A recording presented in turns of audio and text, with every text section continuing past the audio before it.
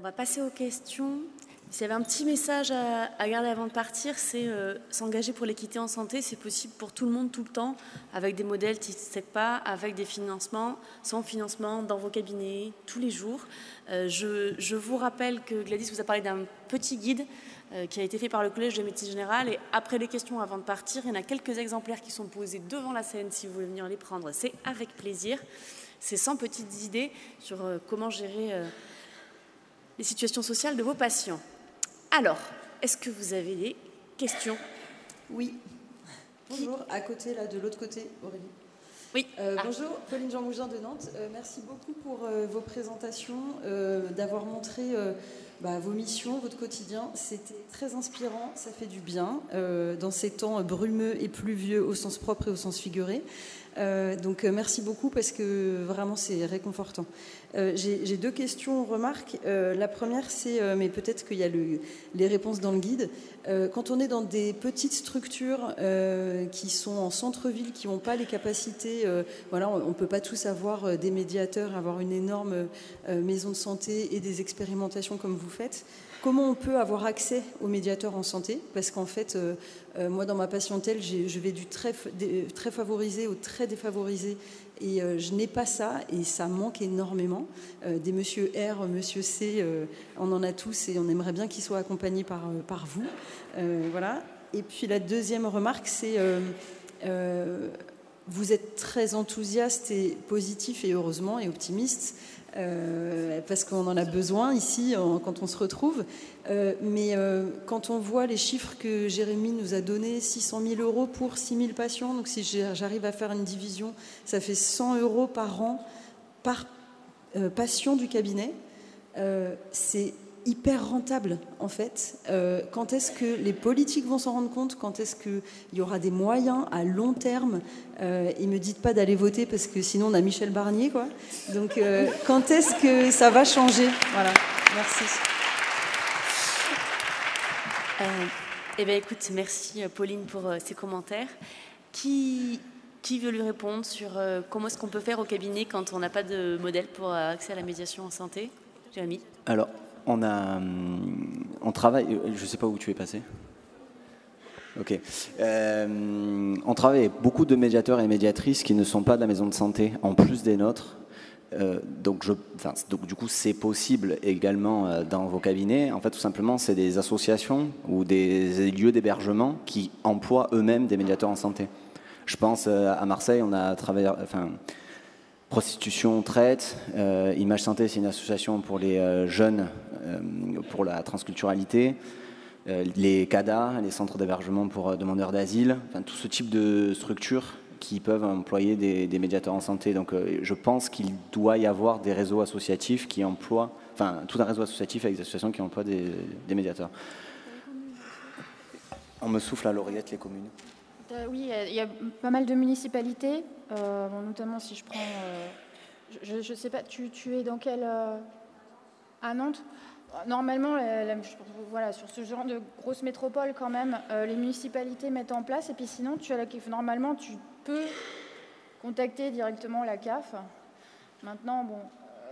je ne peux pas te garantir la bonne réception de ta demande, mais normalement, en tout cas, à la CAF, il y a les médiateurs qui sont à disposition. Maintenant, il y a aussi une grosse demande. Donc, en effet, il faut un petit peu checker entre associations, communes, agglomérations et la CAF. Après, peut-être que nos médiateurs peuvent éventuellement avoir d'autres pistes que celles qu'on vient d'évoquer. Moi, c'est celle que je connais actuellement.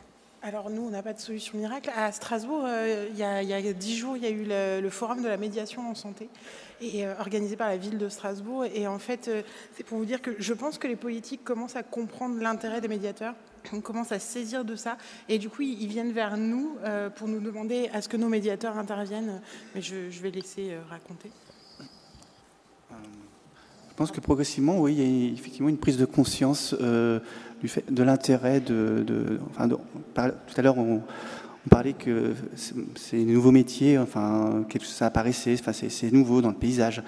Effectivement, il y a une prise de conscience, là, en fait, s'organise, enfin, peut-être qu'on en est encore qu'au balbutiement, mais il y a une volonté de s'organiser en réseau, en tout cas de faire connaître déjà ce qui existe, de pouvoir échanger sur nos pratiques. Alors, on n'est pas tous médiateurs, mais il y a des personnes qui font aussi de la médiation, qui ne sont pas nécessairement médiateurs, mais en tous les cas, voilà, il y a cet effort de fait, en tout cas, d'échange de connaissances et de moyens qu'on peut mutualiser. Merci. Après, sur la politique et les politiques publiques, bon, nous, on est biberonnés à la médecine fondée sur l'épreuve. Ça serait bien d'acculturer les collègues à la politique fondée sur l'épreuve.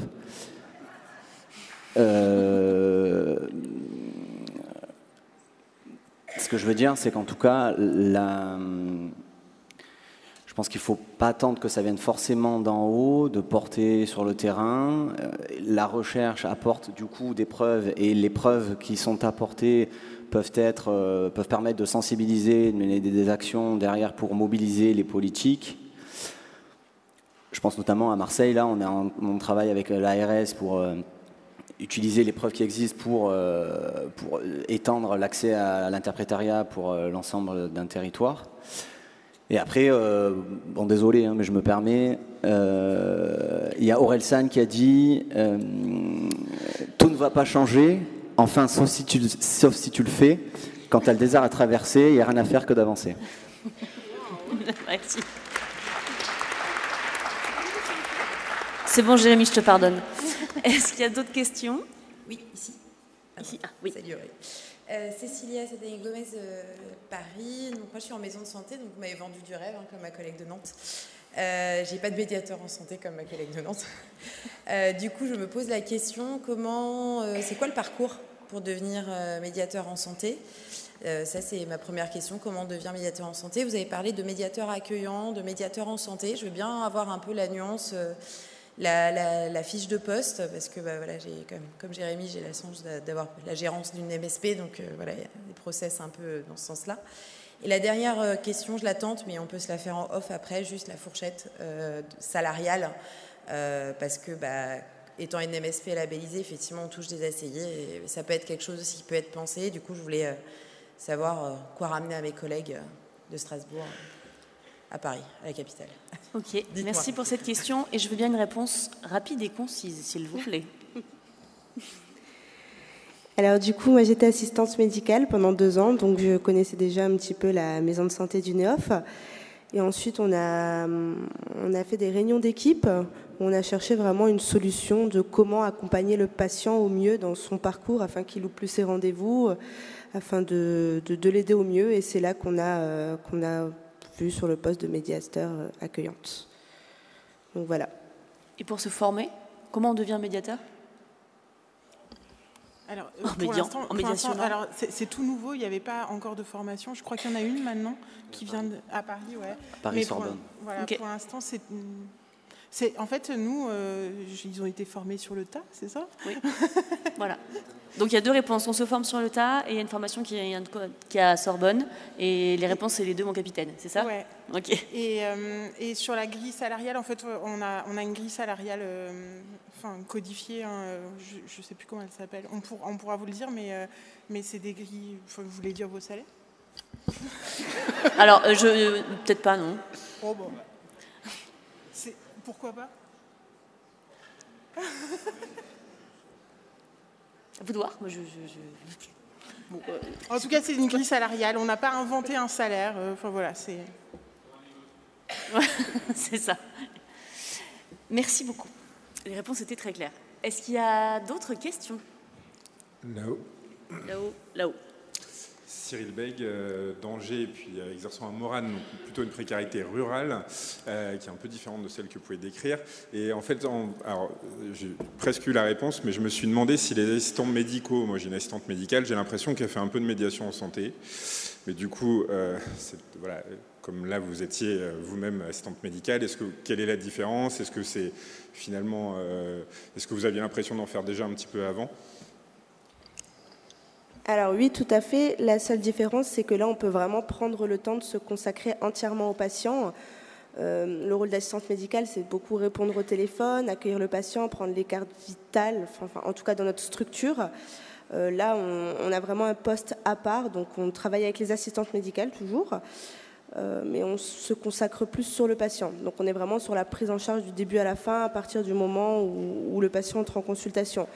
Sur sa sortie de consultation, on va être sur la prise de rendez-vous spécialiste, sur le rappel rendez-vous, sur l'organisation d'un interprète s'il en a besoin, sur toutes ces choses-là.